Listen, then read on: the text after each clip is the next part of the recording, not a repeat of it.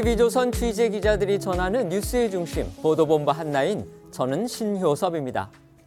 민주당 이재명 대표가 대장동 사건 그리고 위례 의혹과 관련해서 두 번째 조사를 받기 위해 방금 전 서울중앙지검에 출두했습니다.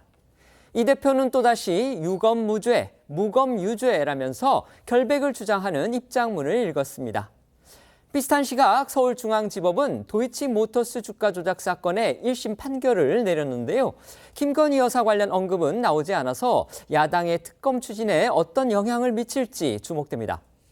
먼저 서울중앙지검에 나가 있는 취재기자 연결해서 이재명 대표 조사 상황부터 알아보겠습니다. 조성호 기자 소식 전해주시죠. 네, 서울중앙지검에 나와 있습니다.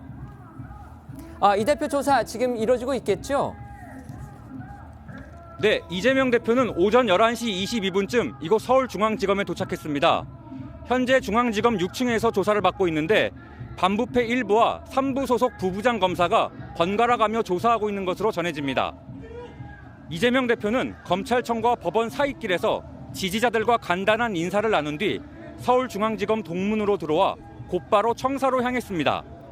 지난번 출석 때와 마찬가지로 홀로 포토라인에 선 이 대표는 유검무죄, 무검유죄 시대라고 검찰을 강도 높게 비판한 뒤 검찰에 조종되는 이들의 바뀐 진술 외에 대장동 배임 증거는 나오고 있지 않다고 주장했습니다. 이어 민생에 무심한 정권이 칼춤을 추는 동안 곳곳에서 곡소리가 커져가고 있다며 윤석열 정부를 비판하기도 했습니다. 이 대표는 이미 구속 기소된 측근 정진상, 김용씨 혐의와 관련된 취재진 질문에 답하지 않은 채 조사실로 향했습니다. 검찰의 오늘 조사는 이 대표의 위례 대장동 개발 사업 사건 개입 여부와 대장동 지분 428억 약정 의혹을 규명하는 데 초점이 맞춰질 것으로 보입니다. 조서 열람까지 포함해 밤 12시 안에 마무리될 예정인데 검찰도 가급적 오늘 조사를 끝으로 모든 신문을 마무리할 계획입니다. 지금까지 서울중앙지검에서 TV조선 조성호입니다. 오늘 오전 11시 정치권과 법조계의 눈길이 온통 서초동 법원과 검찰에 쏠렸습니다. 이재명 민주당 대표가 서울중앙지검 출석을 예고한 시간이었고요. 또 서울중앙지법에서는 김건희 여사가 연루됐다는 의혹을 받고 있는 도이치모터스 주가 조작 사건의 1심 재판이 바로 열렸습니다.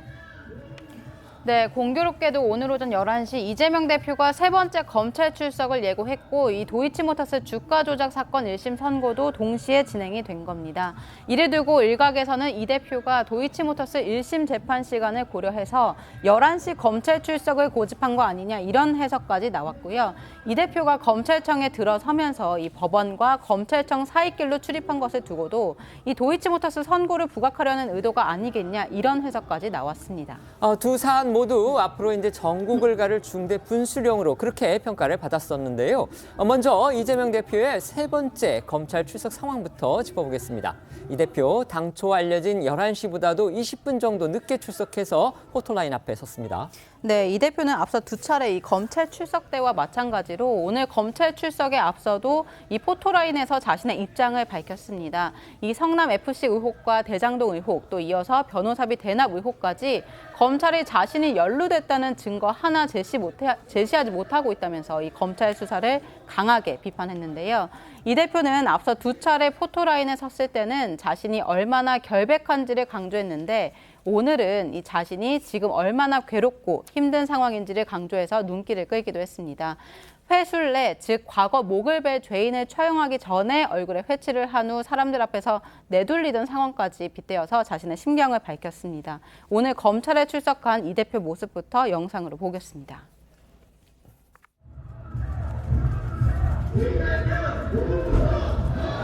이게 나라냐? 라는 의문이 들고 있습니다. 정치 검찰을 총동원해서 정적 죽이기, 전 정권 지우기에 칼춤을 추는 동안에 곳곳에서 국민들의 곡소리가 늘어나고 있습니다. 사실 많이 억울하고 많이 힘들고 많이 괴롭습니다. 지금처럼 포토라인 플래시가 장렬하는 이 공개 소환, 회술례 같은 수치입니다. 그렇지만 제 부족함 때문에 권력의 하수인이 된 검찰이 이제 권력 그 자체가 됐습니다. 모두 제 업보로 알고 감수하겠습니다. 유권 무죄, 무권 유죄의 검사 독재 정권에 결연히 맞서겠습니다. 이 대표 아주 강하게 대여 공세를 펴면서도 또 이제 여론의 동정을 구하는 듯한 그런 분위기도 함께 엿보였는데요. 오늘 검찰 출석에 과연 민주당 의원들이 동행을 할지 이 부분도 사실 관심을 모았죠. 이 대표는 이제 나홀로 출두 이 부분을 강조를 했었는데 오늘은 먹힌 것 같습니다. 네, 말씀하신 것처럼 이 대표는 이번 검찰 출석을 앞두고 이번에야말로 혼자 가겠다면서 민주당 지도부와 의원들에게 동행하지 말 것을 강조했었었죠. 이를 두고 당내 일각에서는 살짝 가겠다 이렇게 동행 의지를 드러내기도 했었지만 결국 당 지도부와 의원들은 이 대표의 뜻을 받아들여서 오늘 출석에는 동행하지는 않았습니다. 이 대표가 나홀로 출두를 강하게 호소한 배경을 놓고 여러 가지 해석도 나오고 있는데 국회에서 이 체포 동의안 표결 수순이 다가온다는 그런 관측하에 이를 대비해서 미리 당내 잡음을 최소화하고 당심 다지기에 나섰다는 해석도 있고요. 또 앞서 두 차례 출석에서 세력을 과시한 뒤에 이번에 혼자 출석하면서 분위기를 반전시키고 또 이 정치적 희생양 이미지를 부각하려는 의도가 있다는 그런 해석도 나옵니다. 그런가 하면 민주당 박찬대 최고위원은요, 오늘 한 라디오 인터뷰에서 이 대표가 혼자 가도 될 만큼 이 검찰 수사에 자신감을 피력한 것이다라는 해석을 내놓기도 했는데요. 이처럼 오늘 이 대표의 출석에 민주당 의원들의 동행은 없었지만 오전부터 이 대표의 지지자와 또 반대쪽 수백 명이 또다시 운집에서 이 맞불 집회를 벌이며 이 검찰청 앞의 혼란은 여전했습니다. 오늘 오전 검찰청 앞 풍경 보시고요. 또 박찬대 최고위원 목소리도 이어서 보시겠습니다. 이재명 절대 지켜! 절대 지켜! 절대 지켜! 저도 이번에는 안 갑니다. 이번에는 여러 번 당부를 하시더라고요. 제가 볼 때는 혼자 가도 감당할 만한 자신감이 있지 않나 생각도 들고요. 또 혹시나 있을 수 있는 당과 지지자들에 대한 그런 부담감 주고 싶지 않다라고 하는 의중도 있지 않을까 생각하고요. 당초 검찰은 이제 오늘 오전 9시 반까지는 나와달라 이렇게 요구를 했었는데 이 대표가 11시에 검찰에 나가겠다 이렇게 주장을 하면서 그 이유로 들었던 것이 오늘 오전에 당 최고위원회의에 참석해야 한다 이런 얘기를 했었죠.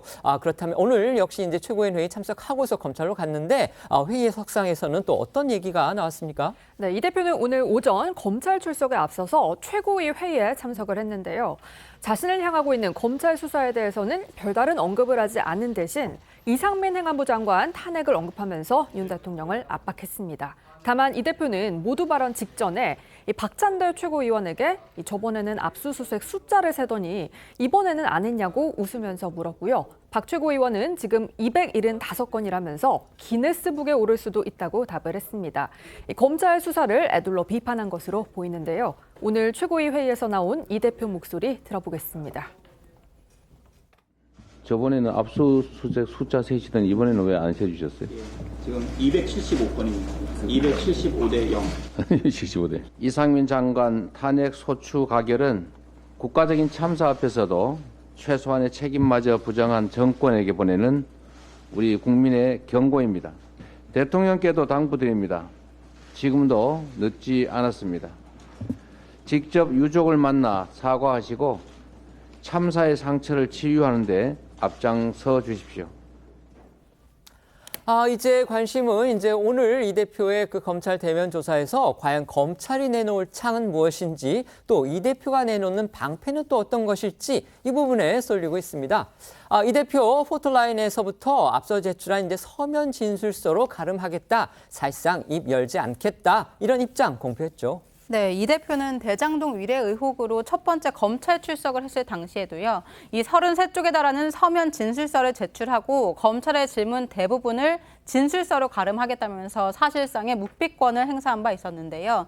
또 이 대표는 대장동 위례 의혹에 대한 자신의 입장은 이 진술서에 모두 담겨 있다면서 재차 강조를 해왔습니다.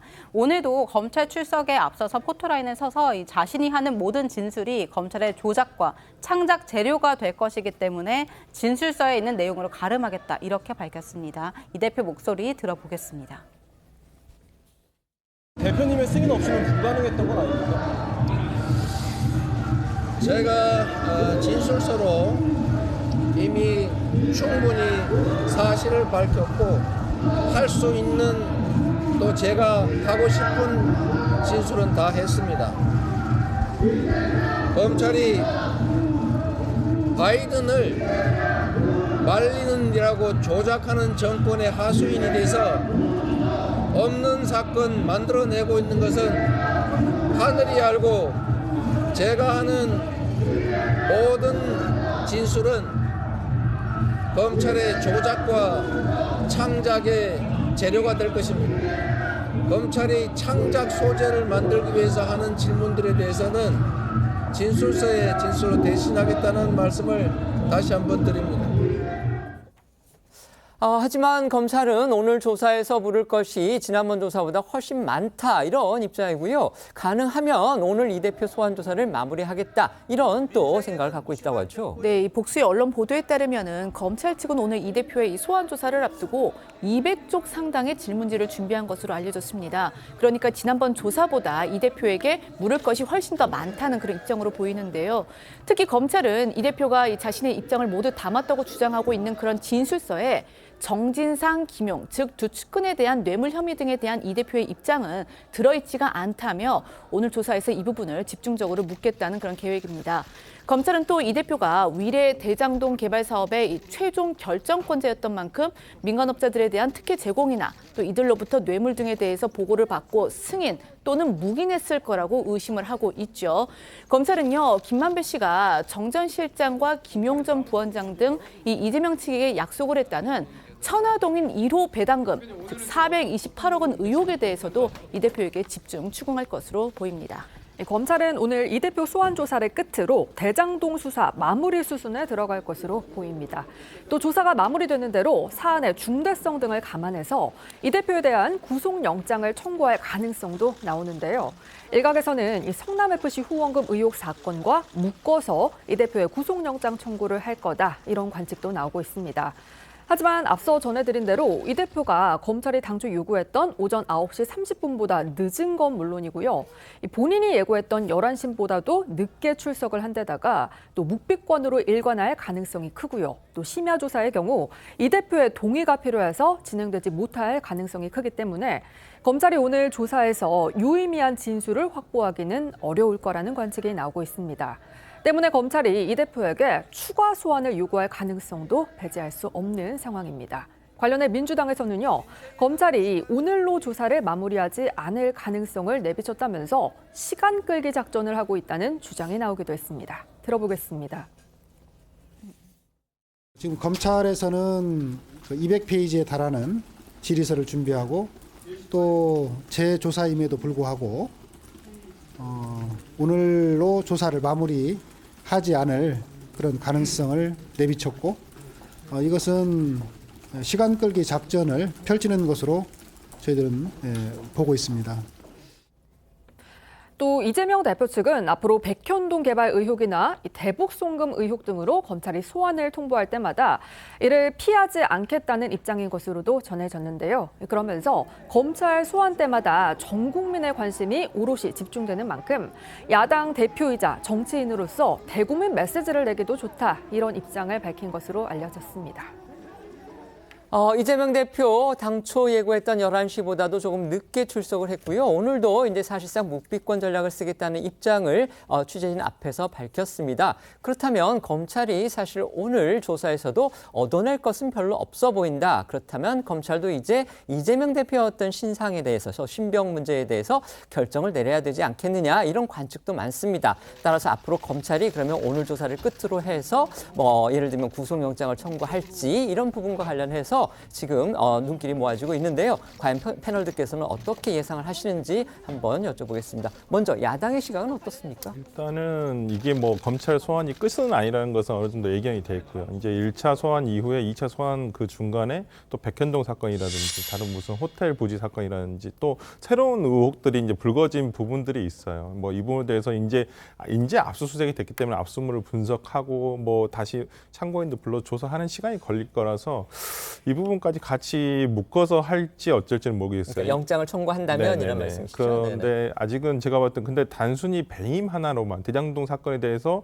어떤 그 428억에 대한 뭐 약속이라든지 이러한 어떤 그 심증을 굳히지 못한 상태에서 그냥 단순히 이 사건을 김만배 일당에게 그냥 이익을 줬다라는 이유만으로 배임으로만 기소를 하기에는 또 구속영장을 청구하기에는 상당히 부담이 있을 거라고 보입니다. 기소 자체는 하겠죠, 당연히. 저는 그런 면에서라면 조금 더 예상보다는 시간이 좀 더 걸리지 않을까. 구속영장 청구를 하는 데 있어서도 오히려 백현동까지 묶어서 최근의 보도를 보더라도 백현동이 훨씬 더 뭐 본인들이 더 입증이 용이하다라고 얘기를 하고 있는 면이 있다라고 한다면 저는 백현동 사건까지 한다라고 한다면 3월을 넘길 수도 있겠다라는 생각을 좀 들고요.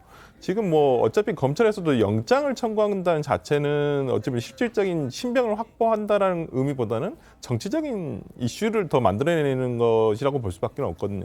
어차피 그것이 물론 왔었을 때 가결이 될 것이냐 부결이 될 것이냐 아직은 예측할 수는 없지만은 현재로서는 계속 이렇게 그냥 단순히 어떤 구체적이고 특정적인 어떤 물증이 제시되지 않은 상황에서 단순히 어떤 전문 진술에 의해서만 가지고 이것이 배임이다라고 한다면 현재 분위기에서 저는 민주당에서 이게 가결될 리는 없다고 보고요. 그렇다고 한다면 지금 이미 조사가 끝난 성남FC, 그다음 곧 조사가 마무리될 대장동 이 건에 대해서 뒤에 백현동까지 중앙지검에서 같이 하고 있기 때문에 묶어서 할 것인지 아니면 따로 해서 예를 들어서 불구속 기소를 할 것인지 이걸 좀 지켜봐야 되겠는데 저는 백현동 사건까지 중앙지검에서 최근에 들어갔기 때문에 저는 이것까지 해서 급하지 않게 가지 않을까, 천천히 가지 않을까 싶습니다. 변호사님은 어떻게 생각하십니까? 일단은 납득이 가지 않는 게요. 네. 저희 같은 경우에는 검찰에서 조사 받으러 오라고 그러면 늦어도 10분 전에는 검찰청 도착해 있죠.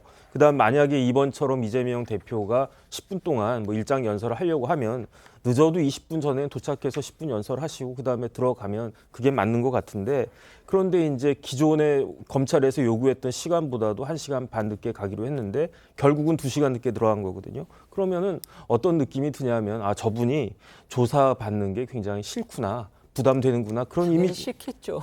그래서 그런 이미지를 왜 보여주는지 그게 이제 저는 납득이 안 가고 그다음에 중요한 거는요. 검찰이 뭐 200장인지 질문지를 만들었다고 그러지 않았습니까? 그 검찰이 그 질문지를 다 끝낼 겁니다. 그래서 거기에 대해서 뭘 물어봤을 때 뭐 거기에 대해서 부인을 하든 묵비권을 하든 아니면 진술서 내용으로 가름하겠습니다. 이렇게 이야기를 하든지 간에 검찰에선 그게 다 피의자 신문 조서에 다 담겨가지고 어떤 질문을 갖다가 했는데 피의자가 뭐 묵비권이라고 한다든지 뭐 이렇게 대처를 갖다가 했다. 그게 다 이제 나중에 재판 갔을 때 판사한테 영향을 갖다 미치는 거거든요. 그 인상을 갖다가.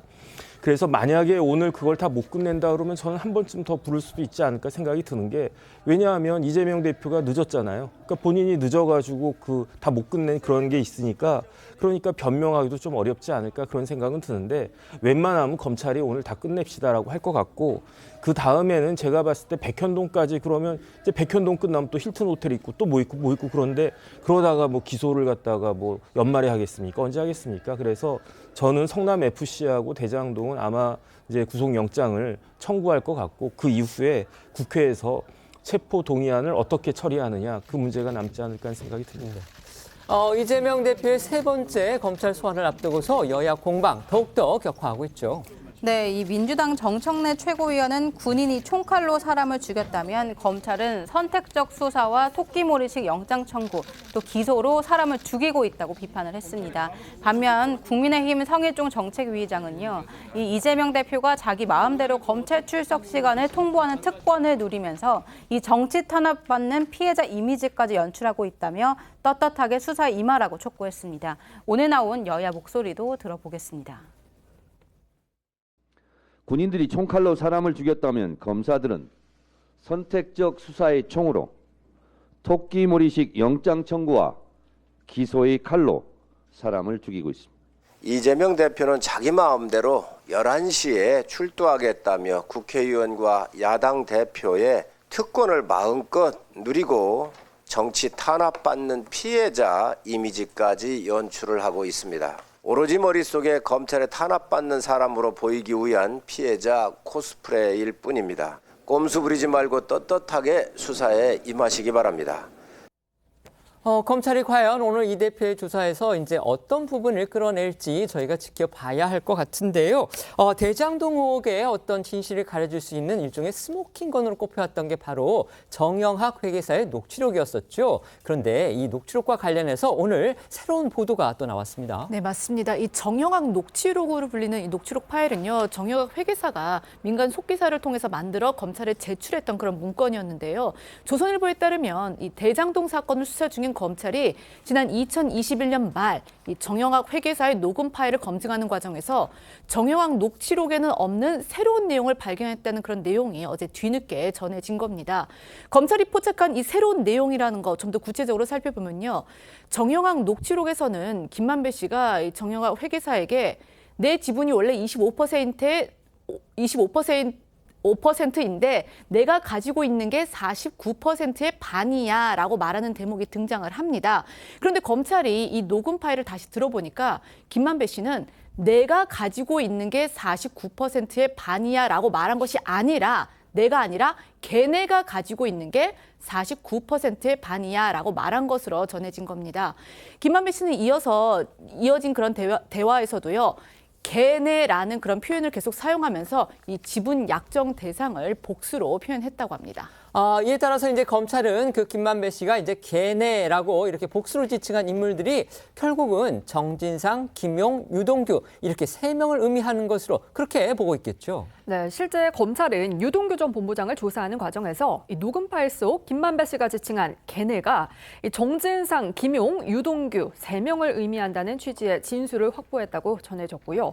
이를 토대로 검찰은 김만배 씨가 약속한 428억 원이 정진상, 김용, 유동규 3사람의 몫이라는 결론에 이른 것으로 알려졌습니다. 또 검찰은 이를 근거로 법원에서 영장을 받아 정진상 전 실장을 구속하고 기소한 것으로 전해졌습니다. 또 정영학 회계사가 제출한 녹취록에는 녹음된 파일 중 18분 분량이 삭제돼 있던 것으로 알려졌는데요. 정 회계사가 녹취록을 고의로 수정하거나 누락했을 가능성도 제기되고 있다고 합니다. 이처럼 정영학 회계사의 녹음 파일에 지금까지 알려졌던 정영학 녹취록과는 다른 내용들이 담겨 있는 정황이 발견되면서 그동안 민주당이 정영학 녹취록을 근거로 해서 이 428억 원의 주인은 유동규 전 본부장 단 한 명이라고 주장했던 논리에 타격이 될 수 있다는 분석도 나오고 있습니다. 결국 이 같은 분석들은요, 지금 나온 보도입니다. 그리고 이제 정영학 녹취록에 나왔던 그런 부분과 관련해서 검찰이 갖고 있다는 그런 자료이기 때문에 저희가 사실 여부는 좀 더 확인할 필요가 있다. 그리고 검찰이 아직 이 부분과 관련해서 공식적으로 확인을 해주지는 않았다. 이 부분 말씀을 드리고요.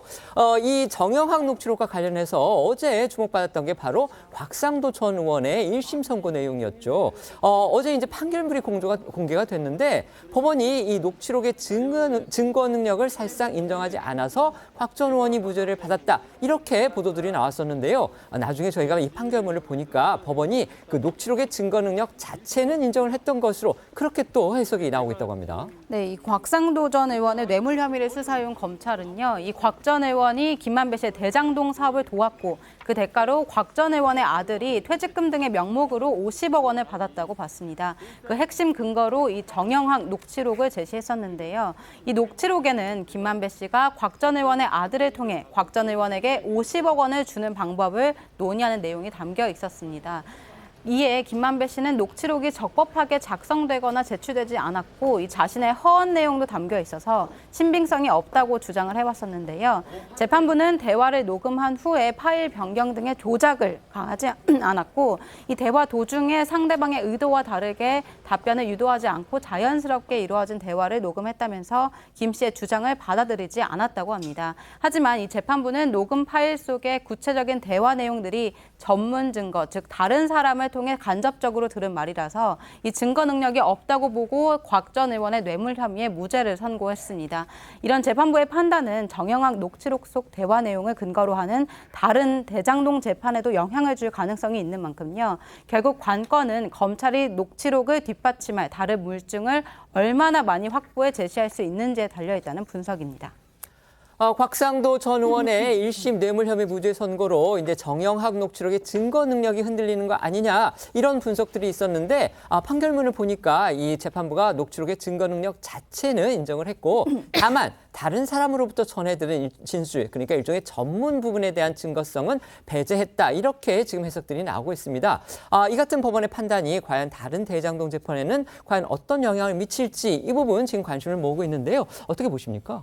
일단 형사소송법의 전문 법칙이 좀 복잡한 부분이기는 해요. 간단하게 말씀을 드리면 증인이 공판 기일에서 증언하지 않습니까? 그런데 그 증인의 법정 진술이 피고인의 과거 발언을 그 내용으로 하는 경우에는 증거 능력이 있어요.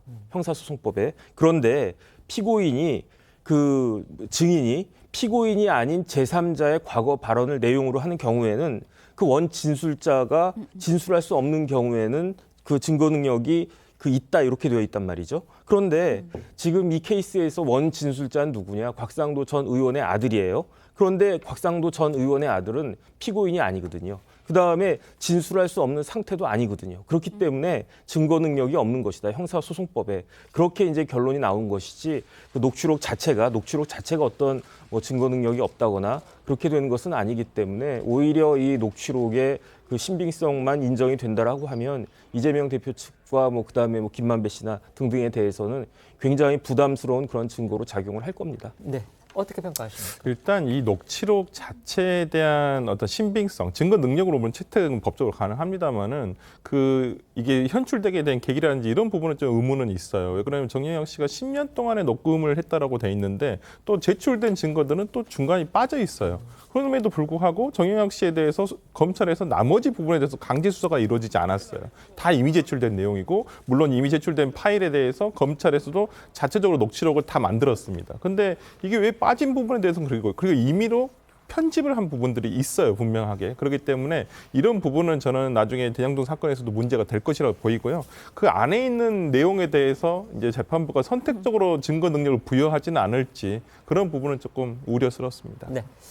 야당은 곽상도 전 의원의 뇌물 혐의 무죄 판결을 지금 강하게 비판하고 있습니다. 그런데 속으로는 일종의 표정 관리를 하고 있다. 또 이런 얘기도 들립니다. 네, 이 곽 전 의원에 대한 1심 판결 이후에 민주당에서는요, 이 법원에 대한 사망 선고다, 검찰의 제 식구 봐주기 수사가 문제다라는 비판이 쏟아지고 있지만요, 이 당 내부에서는 이번 판결이 이재명 대표의 수사 국면에 유리하게 작용할 것이라는 기대감도 일부 감지되고 있습니다. 이 곽 전 의원의 판결로 검찰이 이 대표의 혐의를 입증하는 게 더욱 어려워졌을 거란 분석인데요. 특히 민주당이 곽 전 의원의 판결에서 주목하는 건요, 이 정영학 녹취록의 증거 능력이 인정됐음에도 무죄가 나왔다는 것과 이 곽 전 의원과 그의 아들이 경제 공동체로 묶이지 않았다는 점 등으로 이 검사 출신인 조응천 의원은 어제 이 앞으로 대장동 수사가 자전거에서 체인이 빠진 것처럼 헛돌 가능성이 있다고 주장을 했습니다. 조응천 의원 이야기 들어보시겠습니다. 이게 중요한 정말 앵커인데 딱 증거예요. 고리인데 이게 빠져버리면 대장동 수사가 이 자전거에서 체인이 빠진 것처럼 헛돌 가능성이 높죠. 그러니까 정영학 녹취록을 근거로 해서 이때까지 되어 왔던 것들, 이재명 대표에게 준 게 아니고 측근들에게 준 것들, 그건 결국은 이재명 대표에게 준 것이다 라는 논리로 지금까지 접근을 해왔는데 아들에게 준 것도 아버지한테 준 게 아니라고 하는 건데 지금 완전히 남이에요. 성인이고 결혼을 했고 완전히 딴 살림 살고 있는데 그게 어떻게 아버지 보고 준 거냐라고 하는 건데 그러면 김용, 정진상 이런 분들은 이 대표랑 어떻게 결부를 시키죠? 저는 훨씬 더 어렵다고 봅니다. 네, 오늘 오전 민주당 회의에서는 이 검찰 수사의 형평성 논란을 지적하는 목소리가 이어졌습니다. 박홍근 원내대표는 윤석열 검찰이 가장 선택적 수사를 하는 대상은 이재명 대표라면서 검찰이 50억 클럽 수사는 방치하면서 이 대표 수사엔 올인한다라고 비판을 했고요. 정성래 최고위원은 군사 독재 정권 시절 군인이 총칼로 사람을 죽였다면 검사 독재 정권 시절 검찰은 선택적 수사에 총칼로 사람을 죽이고 있다 이렇게 주장하기도 했습니다. 이재명 대표 역시 방금 전에 이제 검찰에 출석하면서 이 곽상도 전 의원의 무죄 판결 아주 강하게 비판을 했죠. 네, 이 대표는 오늘 포토라인에 서서 곽 전 의원의 무죄 판결을 어떤 국민이 납득하겠냐면서 자신에 대한 수사력의 10분의 1만이라도 50억 클럽 수사에 썼다면 이런 결과는 없었을 거라고 목소리를 높인 건데요. 이 대표 이야기 들어보겠습니다. 곽상도 전 검사의 50억 뇌물 의혹이 무죄라는데 어떤 국민들이 납득하겠습니까? 이재명을 잡아보겠다고 쏟아붓는 수사력의 10분의 1만이라도 50억 클럽 수사에 쏟아 넣었다면 이런 결과 결코 없었을 것입니다. 이게 윤석열 정권이 말하는 공정입니까? 네, 이 관련해서 이 곽상도 전 의원의 과거 발언도 재조명되고 있습니다. 이 조국 사태 당시에 자유한국당 소속 교육위 위원이었던 이 곽 전 의원이요. 이 조국 전 법무부 장관의 딸 조민 씨의 장학금 수령을 문제 삼으면서 당시 교수였던 노환중 전 부산 의료원장이 특혜를 노리고 조 씨에게 장학금을 줬다는 논리의 주장을 폈고 그 과정에서 이건 부모를 보고 부모 때문에 돈이 나간 거다 이런 말을 했었기 때문인데요. 당시 곽상도 전 의원의 발언 직접 들어보시죠. 노환중이라는 분이 조국 딸이 부산의전원에 입학하니까 조민을 지정해서 지도교수로 자청했다고 합니다. 조국 후보하고 노환중 교수하고 서로 만나고 난 그 다음부터 이런 특혜가 나오는 겁니다. 이건 부모를 보고 부모 때문에 이제 돈이 나간 거다. 저희들이 이렇게 생각할 수밖에 없는 겁니다. 총장님 동의하십니까? 자, 어쨌든 1심이긴 하지만 이제 재판부는 곽상도 전 의원에 대해서 무죄를 선고하긴 했습니다. 곽 전 의원이 소속돼 있던 국민의힘은요, 여전히 곽 전 의원 판결에 대해서 지금 침묵하고 있죠. 네, 맞습니다. 이 국민의힘에선 여전히 별다른 입장을 내고 있지 않는데요. 이 조선일보에 따르면 당내에서는 이 조국 사태 못지않게 여론이 들끓고 있다. 말 조심해야 한다. 이런 얘기가 돌고 있다고 전해지고 있습니다. 어제 관련 질문을 받은 양금희 수석 대변인의 답변도 들어보시죠. 어제 곽상도 전 의원에 대해서 어제 판결에 대해서 어떻게 보시는 말씀 부탁드리겠습니다. 그 부분에 대해서는 지금 오늘 제가 여기서 브리핑하는 내용으로는 적절하지가 않습니다. 나중에 따로 말씀드리겠습니다. 예. 앞서도 말씀드렸듯이 오늘 오전 정치권에서는 이재명 대표의 검찰 출석과 함께 그 김건희 여사의 개입 의혹이 제기됐던 도이치모터스 사건의 1심 결과에도 상당히 관심을 집중시켰습니다. 1심 판결이 나왔는데요. 일단은 그 주가 조작 자체에 대해서 유죄가 인정이 됐습니다. 네, 맞습니다. 회사 주가를 조작한 혐의로 기소가 됐던 도이치모터스 권오수 전 회장이 1심에서 유죄를 선고받았습니다. 서울중앙지방법원은 오늘 자본시장법 위반 혐의로 기소된 권 전 회장에게 징역 2년에 집행유예 3년과 벌금 3억 원을 선고했습니다. 또 김건희 여사의 계좌 관리인이라는 의혹을 받은 이 주가 조작 선수 이모 씨에게는요, 징역 2년과 벌금 5천만 원, 그리고 김모 씨에게는 각각 징역 2년에 집행유예 3년, 벌금 2억 원을 선고를 했습니다. 이에 대해서 재판부는 이 전체 범행 기간 중 통정, 가장매매, 시세 조정 등이 수천 건에 이르는 등 죄책이 가볍지 않다고 설명을 했습니다. 권 전 회장은 그동안 이 시세 조정 행위를 하거나 공모한 적은 없다. 경영권자로서 주가를 조작할 이유가 없다면서 혐의를 전면 부인한 바 있었는데요. 오늘 권 전 회장의 모습 잠시 보시겠습니다. 오늘 선고 어떻게 예상하십니까? 김건희 여사 연루 의혹에 대해서는 어떻게 좀 보시는지요? 선고 앞두고 심경 한마디 해주세요. 오늘 1심 선고 나왔는데 어떻게 보셨어요? 항소 계획 있으신가요? 김건희 여사는 되지 않았다는 입장 여전하신가요? 한 말씀만 해주세요. 시간이 한참 지났고 또 내용도 좀 복잡해서 이 사건의 자세한 내용 기억하지 못하시는 분들도 계실 것 같은데요. 주가 조작 사건이 과연 어떤 건지 잠시 소개부터 해주시죠. 이 김 여사 연루 의혹이 제기된 도이치모터스 사건을 좀 간략히 정리해 보자면요. 우선 도이치모터스는 독일 BMW 차량을 국내에 판매하는 딜러사 가운데 하나입니다. 2009년 주식시장에 상장이 됐는데 이 주가가 계속 떨어지니까 위기에 처한 권오수 당시 도이치모터스 회장이 일명 선수를 동원해서 주가를 띄웠다는 의혹입니다. 아시는 것처럼 이 주식을 대량으로 사고 파는 방식으로 인위적으로 주가를 띄우려면 많은 주식과 돈 그리고 계좌가 필요한데요. 여기서 김건희 여사는 여러 명의 계좌 주인 가운데 하나로 이 사건에 등장을 하고요. 야당은 김 여사가 주가 조작에 돈을 대는 이른바 쩐주 역할을 했다는 의혹을 제기해 왔습니다. 이 재판부는 김 여사에 대해서는 언급하지 않았는데요. 다만 재판부는 이 3년여간 이뤄진 이 사건에서 김 여사 계좌가 등장하는 시기쯤인 초기 단계 2010년 10월 20일 이전까지의 1차 시기 범행은 공소시효가 지났다고 봤고요. 그 이후부터 범행은 포괄일죄로 공소시효가 지나지 않았다고 판단을 했는데요.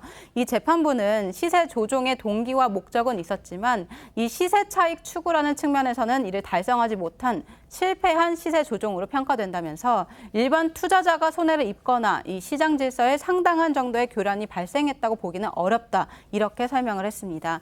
김 여사의 계좌 관리인이라고 의혹을 받고 있던 선수 이 씨의 경우에는요. 자신이 실질적으로 운영하고 있는 회사에 40억 원이 넘는 손해를 끼친 배임 혐의가 유죄로 인정되면서 이 무거운 처벌이 불가피하다 이렇게 판신했지만 이 도이치모터스 주가 조작 관련 혐의에서는 면소 판단을 받았습니다. 이로써 이 김건희 여사 특검을 추진하려던 이 민주당의 계획에 차질이 불가피한 거 아니냐 이런 관측도 나오긴 하는데요. 관련해 이 1심 판결 전인 오늘 오전 민주당에서 나온 이야기 들어보겠습니다. 재판의 핵심 쟁점들은 모두 김건희 여사를 둘러싼 의혹과 연결되어 있습니다.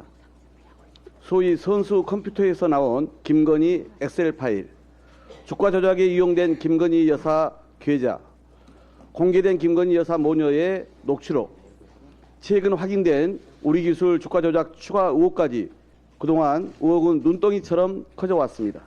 재판부가 국민 상식에 부합하는 옳은 판결을 내릴 것이라 기대합니다. 공소장에 이미 김건희 여사에 대한 언급이 적어도 300회 전후로 있고 그런 것들이 법정에서도 그렇게 얘기가 됐기 때문에 결론에는 무조건 김건희 여사가 언급될 수밖에 없죠. 만약에 김건희 여사 공모관계에 대한 판결문에 언급이 있다면 그건 핵폭탄이고. 예. 민주당은 이제 이미 지금 국회에 제출해 놓은 김건희 여사 특별특검법을 관철시키겠다 이런 지금 전략하에서 최근에는 지금 법사위에 있는 그것을 본회의로 바로 올려서 처리하는 이른바 패스트트랙 전략까지 지금 세우고 있습니다. 이런 것이 결국은 다 이재명 대표의 사법 리스크에 대한 맞불 전략이다 이런 비판이 나왔지만 지금 민주당은 김건희 여사 특검법 관철을 위해서 의원들이 국회에서 지금 농성까지 벌이고 있습니다. 네, 맞습니다. 민주당은요 오늘 도이치모터스 사건 1심 결과에 따라서 이 김 여사 특검법을 패스트트랙에 태우는 방안 등을 추진하면서 본격적으로 속도를 낼 방침이었습니다. 박찬대 최고위원은 어제 국회에서 기자회견을 열고 특검법이 지난해 9월 발의가 되었음에도 법사위에서 진정한 논의가 이루어지지 않고 있다면서 특검법을 처리하기 위해서는 아무래도 패스트트랙 지정을 통해서 진행할 수밖에 없는 것 아닌가라고 이야기를 했습니다. 오영환 원내대변인 역시 그 기자들과 만나서 권 전 회장의 1심 재판 결과를 예의주시하고 있다면서 이 김건희 특검을 다수 국민들이 필요하다고 판단하는 만큼 법과 상식, 공정, 정의를 실현하기 위해서 판단하고 행동할 것이다라고 말한 바 있는데요. 따라서 오늘 1심 결과가 이 민주당의 특검 추진에 어떤 영향이 미칠지는 조금 더 지켜봐야 할 것 같습니다. 오늘 도이치모터스 사건의 1심 결과는요. 대통령실에서도 주시하는 상황이었습니다. 다만 대통령실은 민주당과는 다르게 권 전 회장 등이 무죄를 선고받을 가능성에 무게를 실었던 것으로 보이는데요. 동아일보에 따르면 대통령실 관계자는 김 여사의 주가 조작으로 판단하기엔 거래 액수가 적고 공소시효 문제도 있다면서 1심 판결이 어떻게 나오든 판결문을 통해 사실관계가 정리되면 민주당이 주장하는 특검은 힘을 받지 못할 것이다. 이렇게 말한 것으로 전해졌습니다. 관련해 대선 후보 시절 김 여사의 연루 의혹을 해명했던 윤 대통령 목소리 다시 들어보겠습니다. 도이치모터스 그 주식 그 2010년도 그 거래한 거 일부 그게 뭐 여러분들 그 내역 보셨겠지만 그게 뭐 시세 조정에 뭐가 있습니까? 그 첩보를 가지고 지금 시작이 된 거 아닙니까? 2010년에 제가 결혼하기 전에 이 양반이 골드만삭스 출신이라고 해서 이 양반한테 좀 위탁 관리를 좀 맡기면은 좀 괜찮을 것이다. 한 4달 정도 맡겼는데 손실이 났고요. 그 도이치모터스만 한 것이 아니고 한 10여 가지의 주식을 전부 했는데 손실을 봐서 저희 집사람은 거기서 안 되겠다 해서 돈을 빼고 그 사람하고는 절연을 했습니다. 김건희 여사의 도이치모터스 주가 조작 그 연루 의혹과 관련해서는 크게 2가지의 쟁점이 있었습니다. 첫 번째는 아까 지금 윤석열 대통령이 당 대선 후보 시절에도 얘기를 했지만 2010년 시절의 거래가 지금 문제가 됐다고 하는데 그것이 과연 공소시효가 지났느냐 하는 문제이고요. 그다음에 두 번째는 김건희 여사와 관련이 있는 이른바 이제 선수라는 이 씨가 있는데 그 이 씨와 김건희 여사가 서로 간에 이제 통정 그러니까 뜻을 알고서 서로 공모를 했느냐 이 부분이었습니다. 자, 야당의 시각에서 한번 평가를 해주시죠. 네, 일단 오늘 뭐 결과는 이제 범죄 일람표까지 해서 다시 한번 분석을 해봐야 될 것 같긴 합니다만은 지금까지 재판부에서 설명 자료를 내놓은 거에 의하더라도 지금 2010년도도 초반과 그다음에 2010년도 10월부터가 또 나눠집니다. 2010년도 초반, 그러니까 뭐 방금 윤석열 대통령께서 방금 얘기했듯이 4달 동안 한 것이 있어요. 그것이 1단계라고 합니다. 그러니까 재판부에서는 1차 시기부터 5차 시기까지 나누고 있는데 오늘의 판결에서의 중요한 부분은 이 1단계와 나머지 1차 시기와 나머지 2차부터 5차 시기를 구분했다는 것입니다. 1차 시기와 2차부터 5차 시기에서는 그 주된 행동을 예를 들어 우리가 뭐 주포라고 하는데 주포와 조작을 한 사람, 그다음에 여러 가지 가담 방법 다르기 때문에 여기서 분리를 할 수밖에 없다. 그런데 이 1차 시기에 대해서는 공소시효가 지났기 때문에 면소 판결을 한 것이고요. 그다음에 2차 시기부터 5차 시기에 대해서는 유죄 인정을 한 부분이 있습니다. 근데 이제 김건희 여사가 방금 이제 윤석열 대통령은 그 전에 1차 시기를 얘기를 하고 계세요. 그렇지만은 실제 재판에서 나온 신문 과정에서 나온 얘기로는 2차 시기. 그러니까 김건희 여사는 2011년 1월 13일까지도 어떤 거래 내역은 있습니다. 물론 거래 내역이 있다 해서 주가 조작에 관여를 했느냐 아니냐는 뭐 또 다른 차원의 문제죠. 다른 문제죠. 그거 이제 수사를 통해서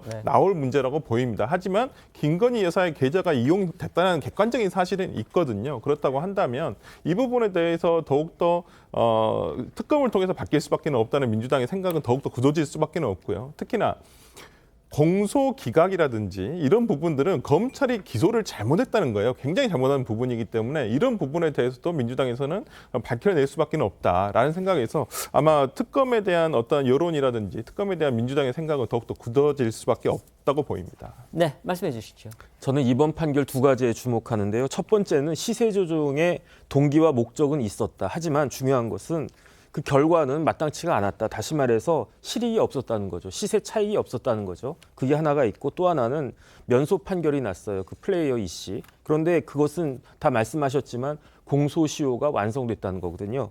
기소가 되면 공소시효가 정지가 돼요. 그런데 여기 아주 중요한 특칙이 있는데 공범에 대한 공범에 대해서 기소가 되면 다른 공범에 대해서도 효력이 미친다. 다시 말해서 이 씨가 면소 판결을 받지 않았으면 만약에 김건희 여사가 그 이 씨하고 공범이었다라고 하면 그러면 이제 시간이 지나갔다고 해도 김 여사도 처벌을 갖다가 받을 수도 있었는데 그렇죠. 네. 그런데 이 씨가 면소를 갖다가 받았기 때문에 김건희 여사는 설령 뭐 문제가 있다고 하더라도 처벌을 갖다가 받을 수가 없다는 거죠. 김건희 여사는 지금 이 씨하고만 지금 연결이 돼 있는 걸로 그렇게 지금 나타나 있습니까?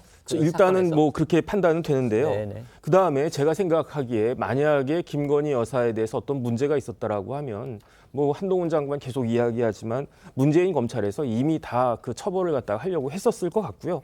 그렇기 때문에 지금 같은 상황에서는 제 개인적인 생각으로는 특검은 하나만하다. 그다음에 이걸 누가 제일 잘 알았겠습니까? 민주당에서 그걸 몰랐겠습니까? 제가 봤을 때는 이건 하나만하이고 자신도 없다. 그런데 계속 변죽만 울리다가 어쨌든 도이치모터스 이런 판결이 나왔기 때문에 그럼에도 불구하고 계속 특검을 진행을 할 것인지 그건 제가 잘 모르겠는데 결론은 제가 봤을 때 거의 뻔한 것이 아닌가 하는 생각이 듭니다. 네. 국민의힘 전당대회 소식 알아보겠습니다. 오늘 국민의힘 당대표 그리고 최고위원 후보의 본선 진출자를 가리는 컷오프, 그러니까 예비 경선 결과가 발표가 됐습니다. 큰 이변은 없었는데요. 그 일부 친윤계 현역 의원들이 탈락한 반면에 이준석 전 대표와 가까운 후보들이 전원 본선에 진출한 거, 이 점은 눈길을 끌었습니다. 네, 국민의힘은 지난 8일부터 어제까지 이틀간 이 책임당원 6천 명을 대상으로 여론조사 방식의 예비 경선을 실시했는데요. 이 당대표 후보로는 김기현, 안철수, 천하람, 황교안 후보 이렇게 4명이 본 경선에 올라갔습니다. 윤상현 의원과 조경태 의원은 탈락했고요. 이 최고위원 후보에는 김병민, 김용태, 김재원, 민영삼, 정미경, 조수진, 그리고 태영호, 허은하 후보가 포함됐고, 이 청년 최고위원 후보는 김가람, 김정식, 이기인, 장해찬 후보 이렇게 4명이 본선행을 확정지었습니다. 유흥수 선관위원장 목소리도 듣고 오겠습니다. 당대표 본경선 진출자입니다. 김기현, 안철수, 천하람, 황교안. 다음은 최고위원 본경선 진출자입니다. 김병민, 김용태, 김재원, 민영삼, 정미경, 조수진, 태영호, 허은하 후보입니다.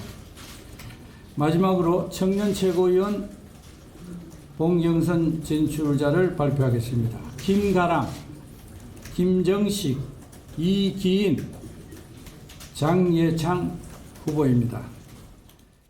선관위 측은 이 예비 경선 순위와 득표수 등은 본경선에 영향을 미칠 수 있다는 점을 고려해서 발표하지 않았고, 본선 진출 후보 이름만 가나다 순으로 발표했습니다.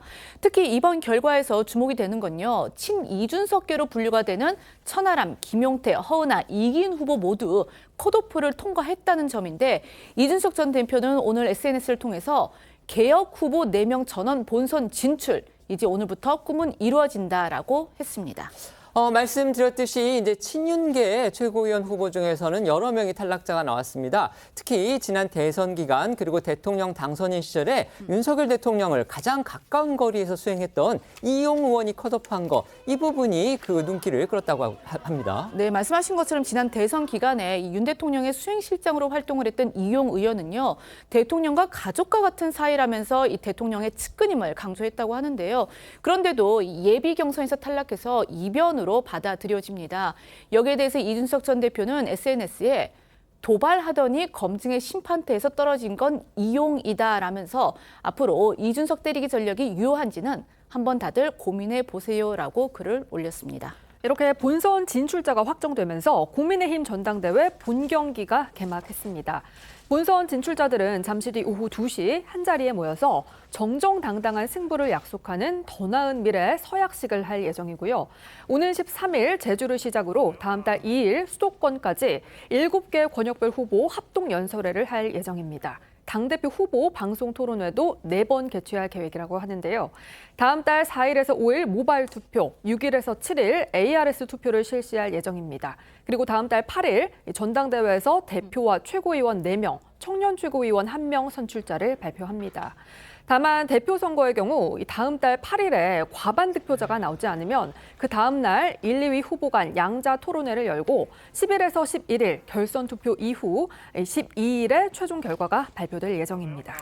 본선 진출에 성공한 당대표 후보들의 반응 나왔을 것 같은데요. 좀 소개해 주시죠. 네, 먼저 이 김기현 후보는 이 성원에 감사드린다, 본 경선 압승으로 보답하겠다 이렇게 말을 했고요. 이 안철수 후보는 저를 선택해 주신다면 내년 총선에서 큰 격차의 다수당을 만들 수 있는 지휘관이 될 것이라고 했습니다. 또 천하람 후보는 자신의 본선 진출은 더 이상 당이 퇴행하지 말라는 당원들의 절박한 호소라고 했고요. 이 황교안 후보는 당원이 주인인 정당, 이 당원 주권 시대를 열겠다고 했습니다. 오늘 발표된 본선 진출자들의 운명, 이제 국민의힘의 당원들의 손으로 이제 결정이 될 텐데요. 그런데 이 투표권을 가진 당원 선거인단의 규모가 국민의힘 전당대회 사상 역대 최대 규모라고 합니다. 네, 그렇습니다. 국민의힘은 이번 전당대회 선거인단이 사상 최대인 84만여 명이라고 공개를 했는데요.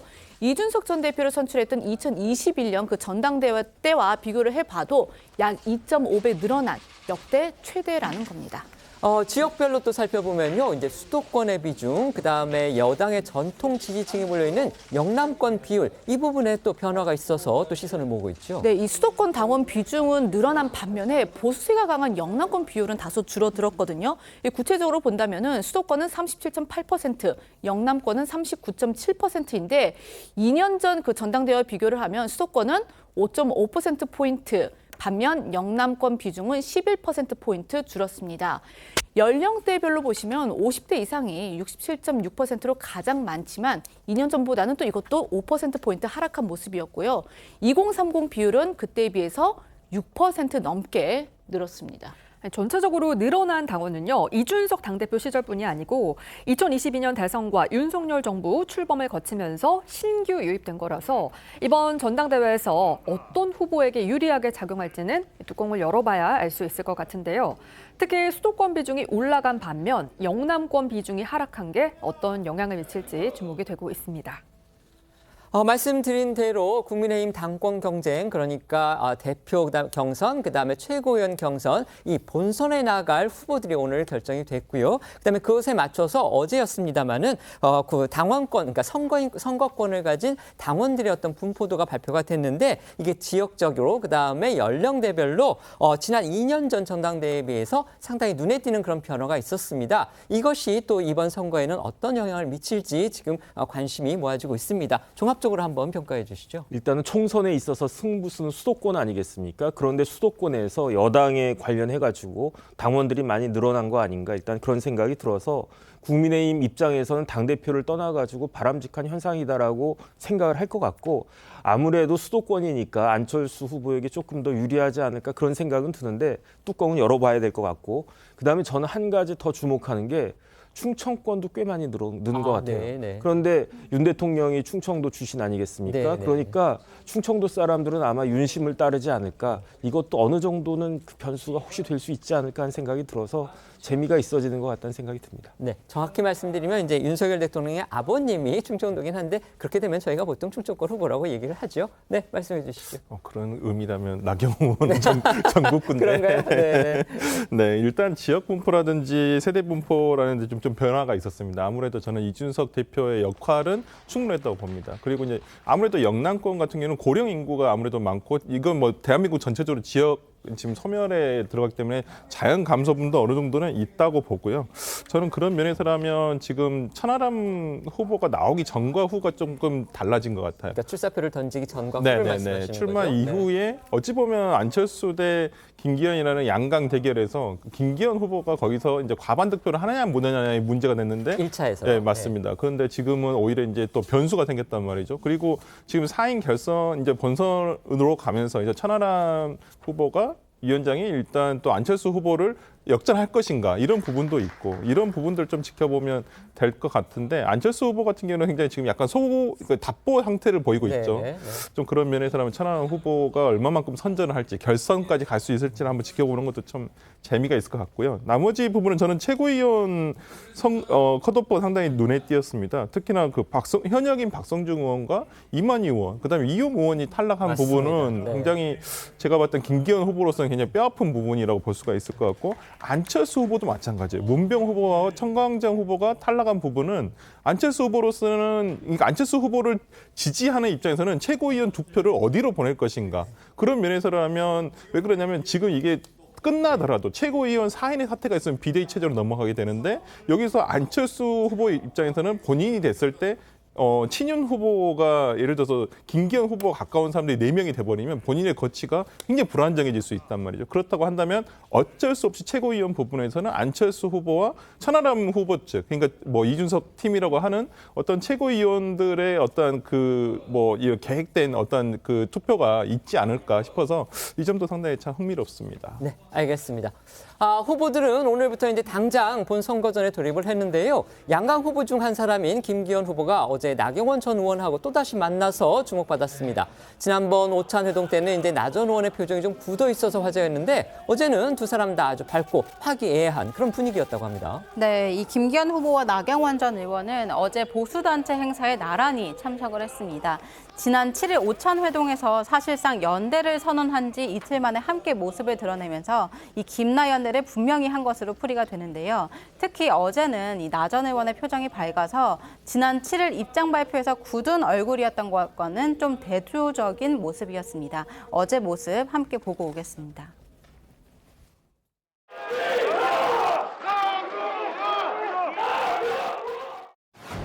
자랑스러운 국민의힘을 만드는데 온몸을 던져서 희생하셨던 우리 나경원 대표님 같은 분이 앞장서 쉬어야 된다. 며칠 전에 만나서 우리가 함께 손잡고 가자 이렇게 우리가 합의를 봤는데 여러분 잘했죠?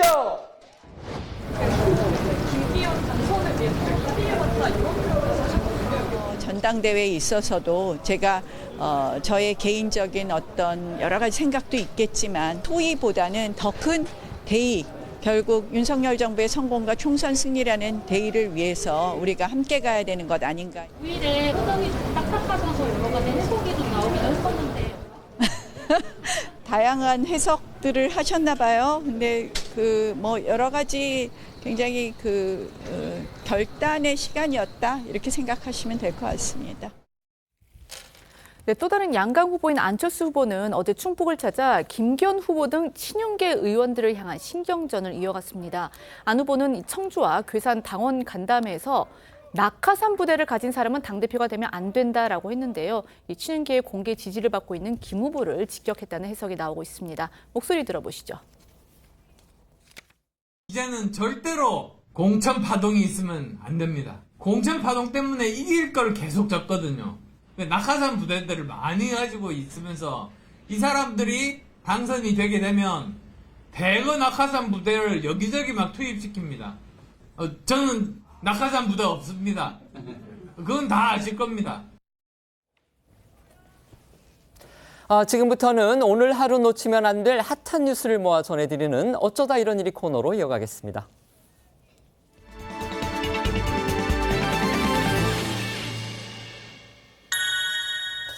첫 번째 키워드입니다. 모든 생명을 구하라. 튀르키예와 시리아에서 발생한 대지진 사망자가 2만 명을 넘어섰다고 합니다. 네, 그렇습니다. 지난 2011년 동일본 대지진 사망자 수가 18,500명인데 이거를 훌쩍 넘어선 수치입니다. 현지 전문가들은 최대 20만 명의 시민이 이 건물 잔해에 갇혀 있는 것을 추정하고 있어서 피해가 얼마나 더 커질지 가늠하기 어려운 상황인데요. 지진 피해 지역에는 구조를 위해 11만 명 넘게 투입이 됐고 전 세계 50여 개국에서 파견된 구조대도 한 명이라도 더 구조하기 위해 애를 쓰고 있습니다. 우리 정부가 파견한 구조대가 첫날 잇따라서 생존자를 구출했다. 이런 소식도 또 전해졌습니다. 네, 우리 구조대는 활동 시작 90분 만에 70대 남성을 구조한 걸 시작으로 첫날에만 5명을 구출했습니다. 딸과 함께 구조된 남성은 한국 구조대가 없었다면 죽었을 거라면서 감사의 마음을 전하기도 했는데요.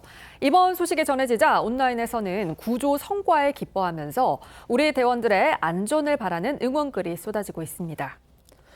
우리 긴급 구호대가 활동 중인 곳은요, 이 지진으로 가장 큰 피해를 입은 지역 중에 하나라고 합니다. 네, 바로 안타키아라는 지역인데요. 이 튀르키예 측에서 이 지역의 구조를 최우선으로 해달라고 콕 집어서 부탁한 것으로 전해졌습니다.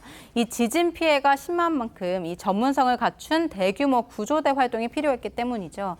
이런 기대에 부응하듯이 우리 구조대가 첫날부터 성과를 보이자 안타키아 지방정부 역시 앞으로의 활약에 기대감을 표한 것으로 전해졌습니다. 윤석열 대통령은 어제 서울에 있는 주한 튀르키예 대사관을 찾아서 희생자들을 조문하고 현재 파견한 구조대원들이 교대할 수 있도록 추가로 구조팀을 보내겠다고 약속했습니다. 구조 골든타임으로 평가받는 이제 72시간은 이미 지났습니다. 그렇지만 이 기적 같은 구조 소식도 또 계속 들려오고 있죠. 네, 맞습니다. 지진 잔해에서 무려 90시간을 버틴 10살 소녀가 극적으로 생還해서 많은 이들에게 희망을 안겼는데요. 구조대는 잔해 밑에서 나는 소리를 듣고 소녀를 간신히 발견할 수 있었고 7시간에 걸친 노력 끝에 구조한 것으로 전해졌습니다. 소녀가 구조된 뒤에 가장 먼저 요청한 건 바로 우유였다고 합니다. 또 무너진 아파트 잔해에 고립됐던 5살 소녀와 부모가 73시간 만에 무사히 구조된 사례도 있었고 6개월 아기가 82시간 만에 극적으로 구출된 것으로도 전해졌습니다. 이 지진 피해 현장에서 구조하는 대상은요, 사람만이 아닙니다. 폐허 속에 구조를 기다리는 동물들을 살려내기 위한 필사의 노력도 이어지고 있는데요. 이 좁은 틈을 좋아하는 고양이들은 구조대가 구출하는 단골 손님이기도 합니다. 고양이들은 처음에는 이 낯선 구조대 손길에 불안한 듯 나오지 않으려고 하거나 발톱을 세우기도 하지만 이내 생명을 구해준 구조대원의 품에 안겨서 안도하는 모습을 보입니다. 이런 동물 구출 영상이 공개되면서 네티즌들은 작은 생명 하나도 놓치지 않겠다는 신념으로 위험을 무릅쓰고 있는 구조대 헌신의 경의를 표하고 있습니다. 지진 피해는 정말 가름할 수 없을 정도로 커지고 있는데요. 이재민의 규모만 해도 2,300만 명에 달할 거다. 이런 지금 전망까지 나오고 있습니다. 네, 맞습니다. 이 세계보건기구 WHO는요, 지진에서 목숨을 건진 주민들도 이 물과 식량, 연료 등 이 구하지 못한 채 전기와 통신까지 끊기면서요, 이 전염병 확산 등 2차 재난 위기에 놓였다고 경고하고 있습니다. 현지 목소리 들어보겠습니다. وين تروح الناس؟ ما في لا خيام لا في بيوت لا في وين تروح العالم؟ Çadır kuruyor böyle, çadırda yaşayacağız. Yapılana kadar, binalarımız yapılana kadar çadırda yaşayacağız. We are in real danger of seeing a secondary disaster which may cause harm to more people than the initial disaster if we don't move. 네, 국내에선 이 주한 튀르키예 대사관이 SNS를 통해서 양말, 목도리 등의 구호 물품이 시급하게 필요하다며 물류센터 주소와 이 필요한 물품 목록을 올렸는데 전국 곳곳에서 구호 물품이 쇄도했다고 합니다. 형제 나라 튀르키예의 아픔을 모른 척할 수 없다면서 십시일반 마음을 모으고 있는 건데요. 이 지자체와 시민단체들도 구호에 나섰고요. 이 온라인 기부 플랫폼에도 성금이 모이고 있습니다. 두 번째 키워드는요, 공항서 압수수색입니다. 어제 전해드렸던 톱배우 유아인 씨의 프로포폴 투약 의혹과 관련해서 지금 새로운 소식들이 계속 나오고 있습니다. 네, 당초 유아인 씨가 지난 6일에 경찰 조사를 받은 것으로 알려졌었는데 저희 TV조선이 취재한 내용에 따르면 이보다 하루 앞선 지난 5일에 경찰은 유아인 씨 신체에 대한 압수수색 영장을 집행한 것으로 전해졌습니다. 이게 무슨 이야기냐면 당시 유아인 씨는 지인과 함께 미국 여행을 떠났다가 귀국하던 길이었다고 합니다. 경찰은 프로포폴 상습투약 혐의로 피의자 신분이던 유아인 씨가 미국으로 출국을 하자 이 해외 도피 등 가능성을 우려를 했고 그래서 귀국 일정이 확인되자 바로 유아인 씨 신체에 대한 압수수색 영장을 발부받아서 인천공항에서 집행한 것으로 알려진 겁니다. 신체 조사 당시 상황을 좀 더 설명을 해드리면요. 유아인 씨는 인천국제공항 도착과 동시에 일반 승객들이 나오는 출구가 아닌 다른 곳으로 빠져나와서 경찰 조사를 받은 것으로 전해졌고요. 경찰은 이 과정에서 유아인 씨 채모 등을 확보해서 프로포폴뿐만 아니라 다른 마약 투약 여부도 국과수의 검사를 맡긴 것으로 알려졌습니다. 결과는 2주 안에 나올 예정인데요. 경찰은 유아인 씨가 이번처럼 해외로 돌연 출국하는 일을 막기 위해서 출국 금지 조치도 내린 상태입니다. 당초 이번 경찰 조사는 이제 식약처가 의뢰해서 시작됐다 이렇게 알려졌었는데 그런데 식약처도 처음에는 이 배우 유아인 씨가 프로포폴 상습 투약 의심 대상에 들어있는 거 이 사실을 또 몰랐다고 합니다. 그러니까 본명이랑 예명이랑 달랐기 때문인데 네. 식약처는 프로포폴 처방 횟수와 용량이 비정상적으로 많은 50여 명을 찾아내서 수사를 의뢰를 했고 그중 한 명이 이제 유아인 씨였던 건데 그런데 유아인 씨 본명이 엄홍식이거든요. 다만 이제 유아인 씨가 활동을 하면서 예명을 사용해 왔기 때문에 식약처도 찾아낸 인물이 배우인지는 몰랐던 것으로 전해졌습니다. 유아인 씨가 2년 전부터 여러 병원을 돌면서 이른바 이제 프로포폴 처방을 하는 의료 쇼핑을 했다. 이런 의혹도 또 제기됐습니다. 네, 이 보도 내용을 종합해 보면요. 이 식약처는 유아인 씨가 2021년부터 여러 병원을 돌면서 이 프로포폴을 처방받은 정황을 포착하고 지난해 11월 경찰에 수사를 의뢰한 것으로 알려졌습니다. 이 마약류 및 향정신성 의약품 처방 병원과 이 투약 환자 정보가 담겨 있는 마약류 통합 관리 시스템을 분석해서요. 이 유아인 씨의 상습 투약을 의심하게 된 것으로 전해졌습니다. 식약처 관계자에 따르면요. 일반적으로 이 식약처가 수사 의뢰하는 사례들의 경우에는 이 전문가들이 사실상 만장일치로 오남용이라고 판단한 경우들이라고 합니다. 관련해서 식약처 얘기 들어보시죠. 진료 타당성이라든지 횟수나 투약량 이런 것들을 고려해가지고 사진과 관련 저희가 얘기 계획이 없거든요. 이번 경찰 조사의 관건 결국 이제 유아인 씨가 정당한 목적으로 프로포폴을 투약을 했느냐 아니면은 뭔가 오남용을 했느냐 바로 이 부분이겠죠. 맞습니다. 일각에서는 이 프로포폴 처방이 의사 판단에 따라 이루어지는 만큼 유죄 입증이 쉽지 않다는 의견도 있는데요. 다만 법조계에서는 프로포폴을 투약할 필요가 있다고 해도 투약 기간이 너무 길거나 빈도가 낮다면 의료적 목적이 아니라 중독에 따른 과잉 처방이었음이 인정될 가능성도 있다고 보고 있습니다. 그런데 이번 사건이 일어나니까 바둑 팬들이 유독 유아인 씨 의혹에 대해서 화를 냈다 이런 기사가 나왔습니다. 이거 무슨 일입니까? 바로 유아인 씨가 출연한 영화 때문인데요. 유아인 씨는 영화 승부라는 것에서 이 한국 바둑의 전설 이창호 국수 역할을 맡아서 촬영을 마쳤습니다. 그리고 이제 상반기 OTT 공개를 앞둔 상황이었는데 이 프로포폴 상습 투약 혐의로 경찰 조사를 받은 사실이 보도가 되니까 일부 바둑 팬들이 이 유아인 씨의 결백이 입증될 때까지 영화 승부의 개봉을 무기한 연기해달라는 성명을 낸 것입니다. 이들은 바둑인들 사이에서 돌부처로 불리는 이 이창호 국수의 역할을 프로포폴 상습 투약 의혹을 받는 유아인 씨가 연기한다면 이 국수의 명예가 심대하게 손상될 수 있는 우려가 있다라고 주장을 하고 있는데요.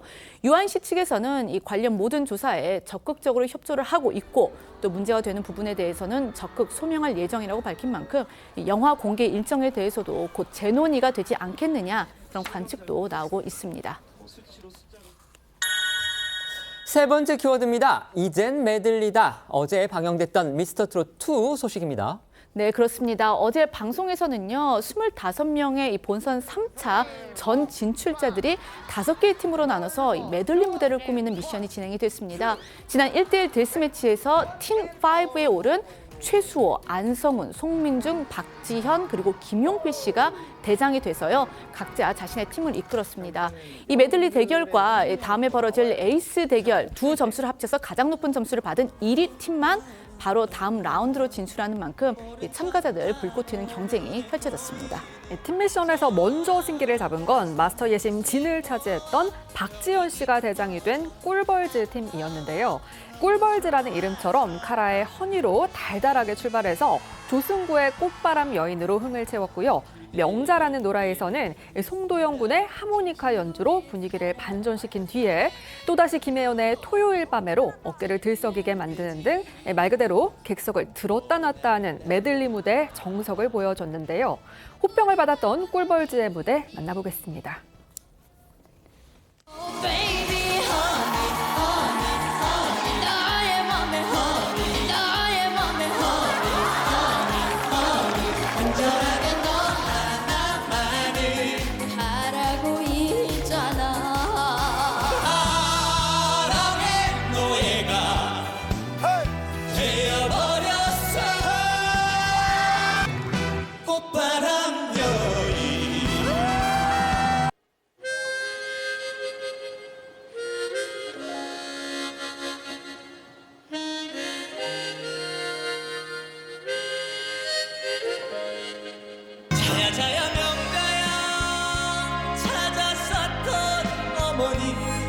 자야 명자야 가슴 아픈 어머니 오늘만은 이 시간이 다 가기 전에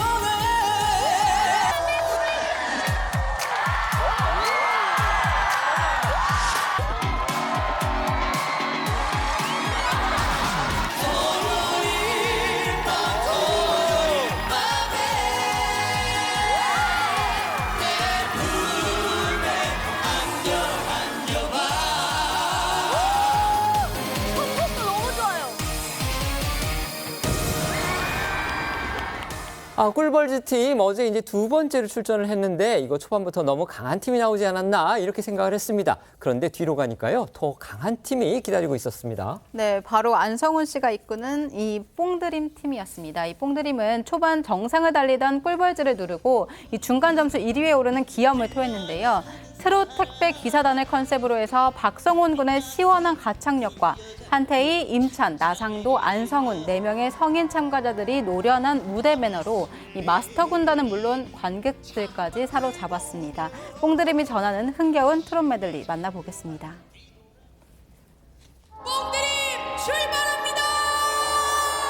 부를 땐 누나라고 말하지만 내 영혼을 흔들었어요. 연하의 남자 아슬아슬하게 아찔하게 그대가 내 품에 들어오게. 에이 check it out 말을 해봐. 보여줘봐. 가지고 있는 너의 모든 걸 나에게 줘봐. 애기야 가자. 애기?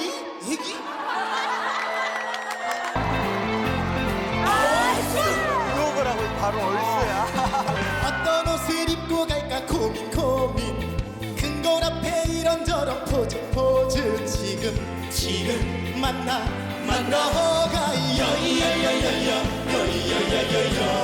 인생 머리 나 있어 즐겁게 사는 거야.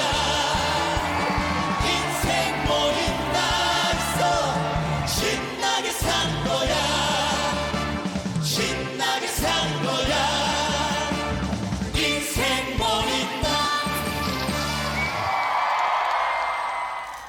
네, 그리고 뽕드림 팀 대장인 안성훈 씨는요, 5주차 응원 투표에서는 김용필 씨를 꼽고 1위에 오르면서 정말 놀라운 상승세를 보이기도 했습니다. 어제 네 팀이 이 메들리 경연을 했는데요. 방금 보였던 이 뽕드림 팀이 아직까지는 지금 1위입니다. 어제 방송을 통해서 어쨌든 이제 네 팀의 메들리 참전 끝났고요. 이제 마지막 한 팀만 남은 상태입니다. 네, 맞습니다. 본선 2차 이 데스매치 진을 차지한 최수호 씨가 이끄는 징기스칸 팀의 무대가 기다리고 있는데요. 팬덤을 형성하고 있는 밀크보이 최수호 씨가 이끄는 징기스칸이 과연 뽕드림의 1위 자리를 위협할 수 있을지 그 결과는 다음 주 방송에서 공개될 예정입니다. 또 각 팀에서 대표 선수 한 명씩이 나와 대결을 펼치는 에이스 대전도 다음 주에 선보일 것으로 보입니다. 저희는 1분 뒤에 다시 돌아오겠습니다. 오늘 준비한 소식은 여기까지입니다. 저희는 다음 주 월요일 오후 1시에 더 핫한 소식으로 찾아뵙겠습니다.